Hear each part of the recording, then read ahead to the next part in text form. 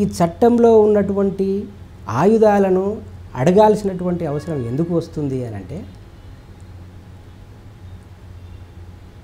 పోలీసులు న్యాయస్థానాలు 100% fail, administration కూడా.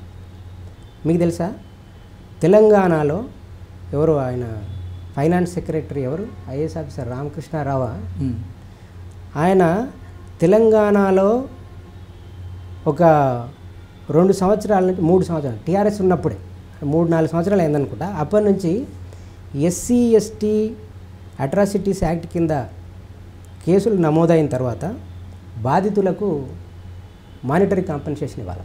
ఆ బడ్జెట్ రిలీజ్ చేస్తలేడు ఆయన.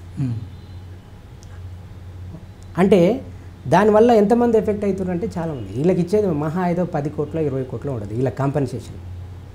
దానివల్ల 1,00,000 కుటుంబాలు ఎస్సీ ఎస్టీలు రిలీఫ్ పొందుతాయి. వాళ్ళ మీద అత్యాచారాలు జరిగినందుకు ప్రభుత్వం నుంచి చిన్న సాయం వస్తుంది. ఆ బడ్జెట్ రిలీజ్ చేస్తలేరు.